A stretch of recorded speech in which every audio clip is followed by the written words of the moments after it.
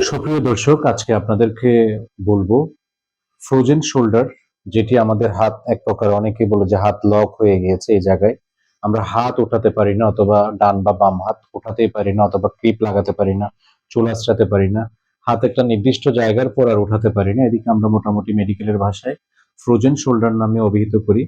Frozen shoulder হলে বিভিন্ন রকম আমরা কিছু ফিজিওথেরাপি সহ কিছু ওষুধপত্রের কাজ আছে, কিন্তু এগুলোর পরও যখন অ্যাকচুয়ালি আমরা উপকার না পাই, সেক্ষেত্রে আমাদের ইন্টারভেনশনাল পেইন মেডিসিনের কিছু ইন্টারভেনশন আছে।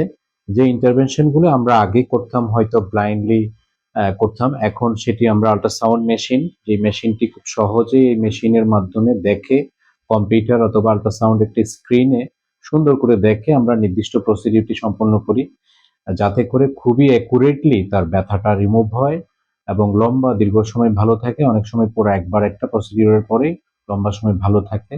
ধন্যবাদ।